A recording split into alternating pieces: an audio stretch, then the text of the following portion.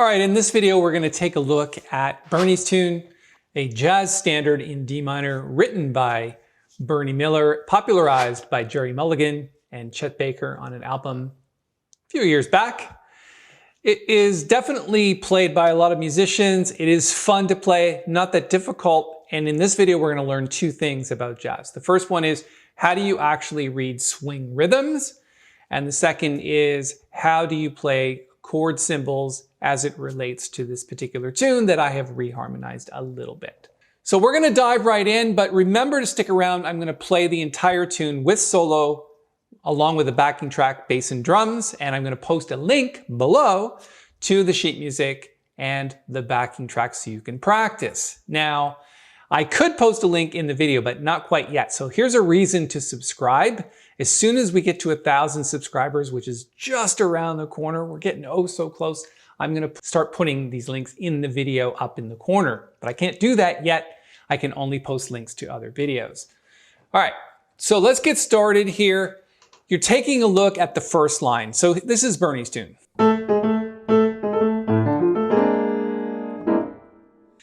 Second line goes like this. And then there's a bridge section that goes into B flat. So let's just focus on the first A section for now. And let's see if we can make some sense out of it.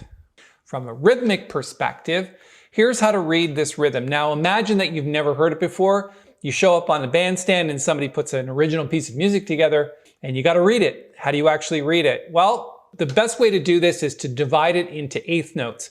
So a bar of 4 is 1 and, 2 and, 3 and, 4 and. The ands are the accent notes.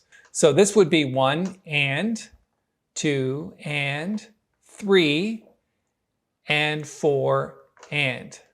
Okay, so we have 3 ands and 1 on 3. So 1 and, 2 and, 3 and, 4 and. 1 and, 2 and, 3 and, 4 and. Ba ba da. Da, ba, da. So this one is 1 and 2, and this is 3 and 4 and then back to 1 here. So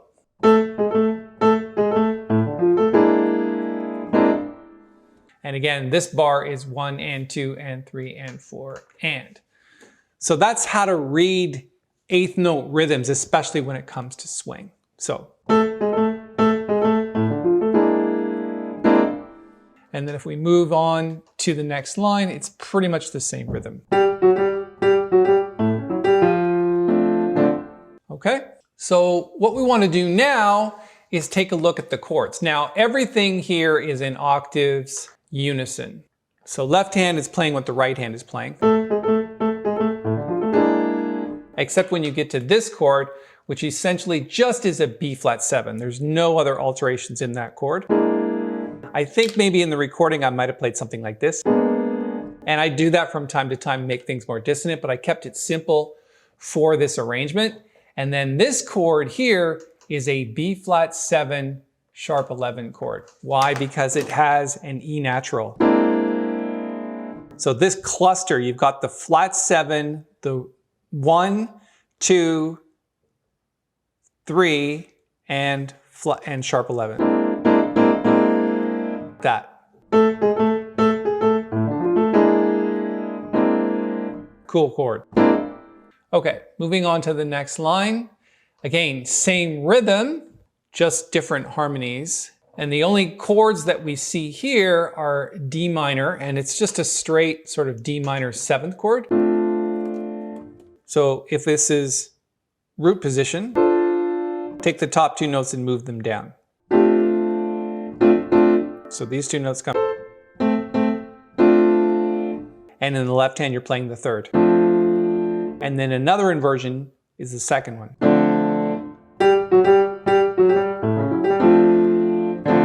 It's not that easy to coordinate that, by the way.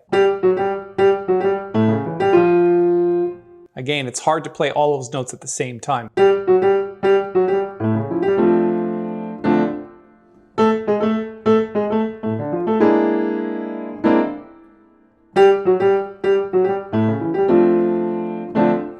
course, it's going to be easier to play that with the backing track because there's drums going along, and it's really important to get those rhythms correct. All right, let's go on to the bridge and take a look at that and see what we can get into trouble with. All right, so this is interesting. Basically, all the bridge is literally like 1, 6, 2, 5.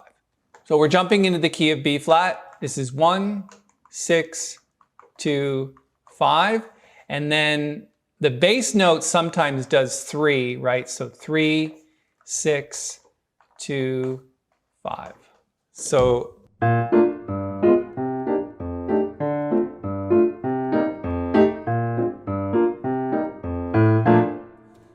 that's really good jazz.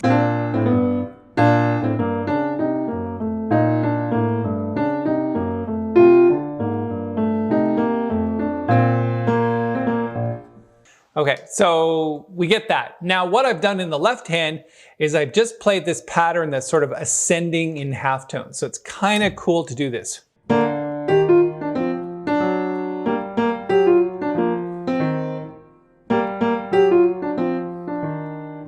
So it's kind of neat while the bass player is kind of doing this.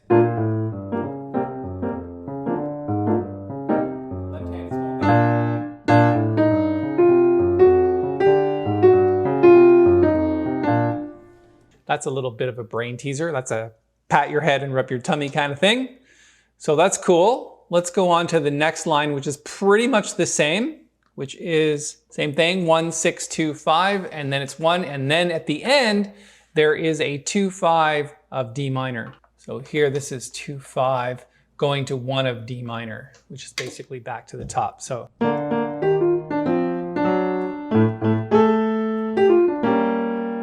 And the chord here is just an A flat, an A7 with a flat 9. So this is the flat 9 here. So it's just a G diminished chord. But you have to think of it like A7 because it's the dominant of D minor.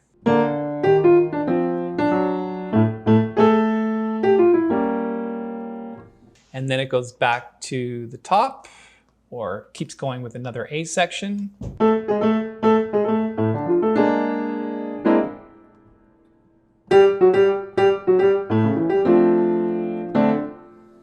So again, there's a link to the backing track below and the sheet music. I'm going to play the tune through once for you now with the head, and then 2 courses of solos, and then the head out. And if you have any questions or comments about this, please post it below, and please subscribe so we can start putting links on our videos. That'd be really cool if we get to 1,000 subscribers soon.